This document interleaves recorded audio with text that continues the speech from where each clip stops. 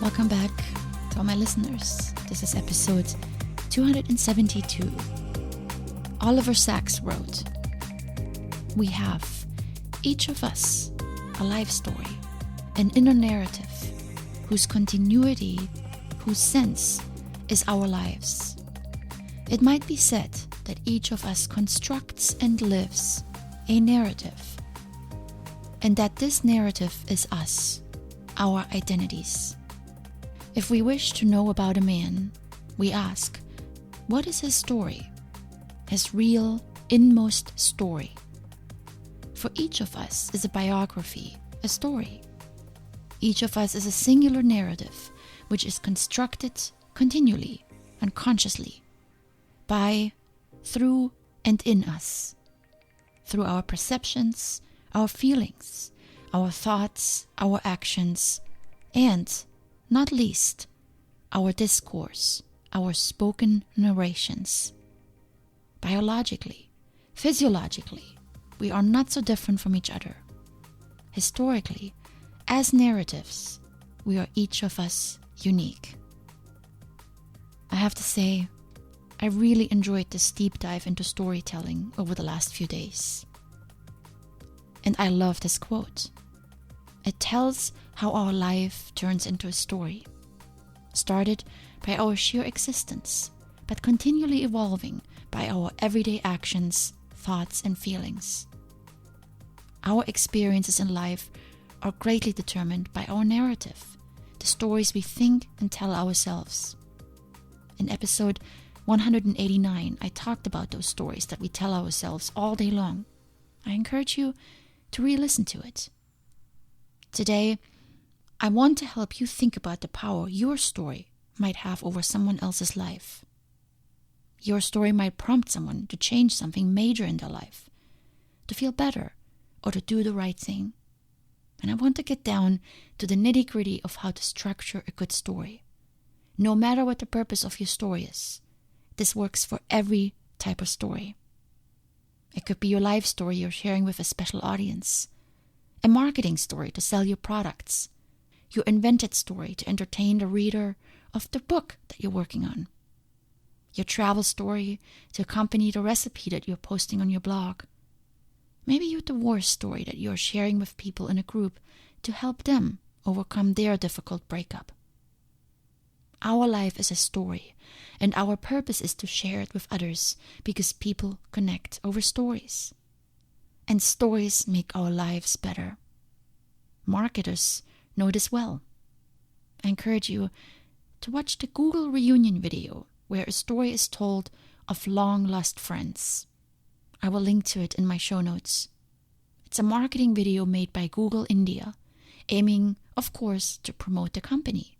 But it's also a great example of the power of creative storytelling. The reason any good story, such as this video, is powerful is because it contains aspects that we can relate to. Experiences like missing a friend from long ago or helping someone connect to such a friend. Emotions like wonder, fear, and courage and love. And thoughts, what would happen if? We all share similar experiences, thoughts, and emotions. And good stories evoke those in us. That is why you may find yourself in tears or with goosebumps at times when watching or hearing one of those good stories. When I interview with companies, I always ask questions about how the company started. I love those stories. They draw me in. A company that started small but with a huge idea, and that has grown and now contributes to making the lives of others better, that's a company I want to be part of. They make it meaningful for me to work there. Think about that next time you interview someone to come work with you. We all have the desire to be part of something bigger, no matter how desperate we are for that paycheck. Stories allow us to play with our imagination. What if I become part of this amazing company? What value could I add? They trigger questions in our mind, and questions are always a great way to initiate change. I love this quote by Robert McPhee Brown. Storytelling is the most powerful way to put ideas into the world today. Stories are often the trigger for us to take the next, sometimes very risky step in our life. We talked about dating quite a bit recently. Why are you filling out a dating profile online?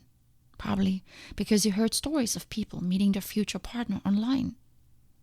Stories cross the barriers of time and allow us to experience the similarities between ourselves and others, real and imagined. What if I do the same thing? What if this happens to me as well? Storytelling deepens our understanding of who we are as human beings. Listening to the experience of others helps us gain more clarity about our own experience. Stories then affirm who we are. Here's another Oliver Sacks quote. To be ourselves, we must have ourselves. Possess, if need be repossess, our life stories. We must recollect ourselves, recollect the inner drama, the narrative of ourselves. A man needs such a narrative, a continuous inner narrative, to maintain his identity, his self. We talked about the hero's journey in part 2 of storytelling, and how it can be helpful to think of your audience as a hero in progress, whoever your audience might be. This concept of the hero overcoming an obstacle then provides us with the basic structure of your story. We have a dilemma, but someone has been through something similar, maybe even ourselves. So then we can do it as well. And if we do, we will be heroes. A story starts with the present state, the current situation. Start by establishing your status quo. Introduce the world and describe the state of affairs. Here is where we are now. This may include dates, where and when. It's your baseline. This is where you want your audience, the hero, to embark on the journey. In your sales presentation, this could be talking about how much the company has grown over the last 10 years. An acknowledgement of how far you have come, or even a question that people might have on their mind. This is your introduction, and therefore you want to keep it short. Simply set the stage of what is to come next. The audience won't need much time to be on board with now. You then move on to the complication or the conflict. This is your core message, the heart of your story. This is where you need to ask yourself, why does this matter? What is my purpose? And how does it relate to the audience? If it doesn't relate to the audience, it will be difficult to get them on board with your idea. It has to matter, not only to you, but also to them. They have to have something at stake as well. This is the part of the story where the hero encounters an obstacle, a dilemma. Help your audience see what that is, and make the gap as big as possible so the audience can understand it. Remember, you are the mentor that guides your listeners. Present the problem that obstructs the state of affairs or that prevents future prosperity. Make the status quo and the normal unappealing. Here, you want to break down the challenges. While sales have grown, so has the competition. Or, I had everything I ever wanted in life, but I wasn't happy. You can use data, trends, statistics, research. You can share feedback from others or your own experiences. Use whatever evidence you have to help the audience see the issue and why it's important to do something about it. And this will draw them in to what could be possible with your idea, which you haven't shared yet, but you are alluding to. Use good and solid examples that your audience can relate to and that are non-judgmental. You don't want your audience to feel defeated. Remember, they are your hero.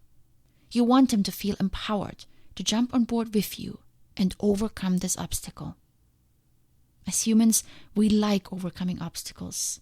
Deep inside, we're all problem solvers, desiring a happy ending. We want to succeed.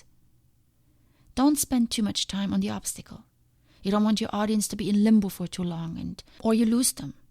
They either begin to feel sorry for you or they lose hope for themselves. And then they will be less likely to adopt your idea. Paint the path for your hero to take action.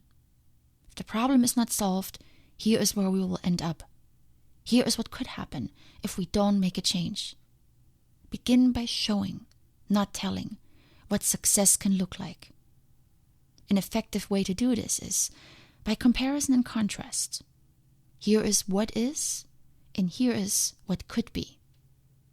Here's the roadblock, but there is where we can be if we overcome it.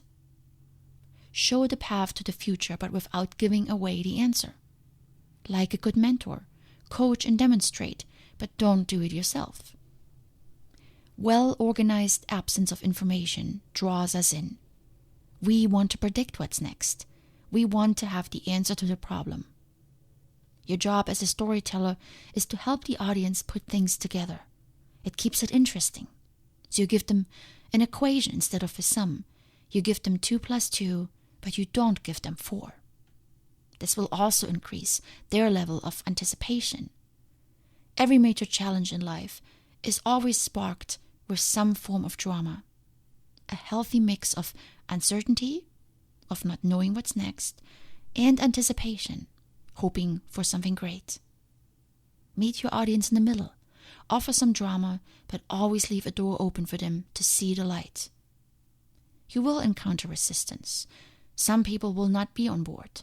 There will be doubt and questions. Anticipate them and address them. Capture the resistance by breaking it down into small pieces and help your hero see the path to enlightenment. Change is fundamental in stories because life is not static. But change is also difficult for everyone. Your role as a storyteller is to guide the audience through this change. Give your audience hope. And lastly, end with the resolution to the problem. This is a call to action for your hero. Describe the new world as the new bliss, with your idea adopted. This is your ending. Make it sound. Make it memorable. Make it something that changes people's lives because you have successfully guided them from the ordinary world to the new world. With your idea or product in hand, your audience is now equipped to take action. The roadblock has been removed and a dream is possible. Who couldn't use such a story? We are all likable people, and we all encounter roadblocks on our path through life. But we often stop there. Life is too hard. I can't do it. I don't have what it takes. Instead of choosing to let the struggle transform us, we allow it to defeat us. Let's change that. Let's change our stories of overcoming struggle with others so they can change their life. Let's share our stories of overcoming struggle with others so they can change their life. Let's tell our stories, because if we don't, others may feel like they're alone out there.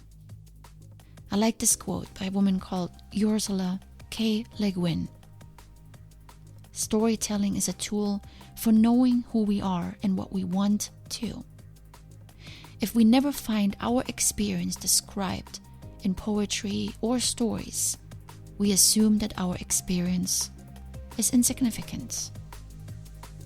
And I believe that everyone's experience is highly significant. So, let's share our stories. I hope these 3 episodes on storytelling helped you, and maybe you find your way to what your story might be. Much love.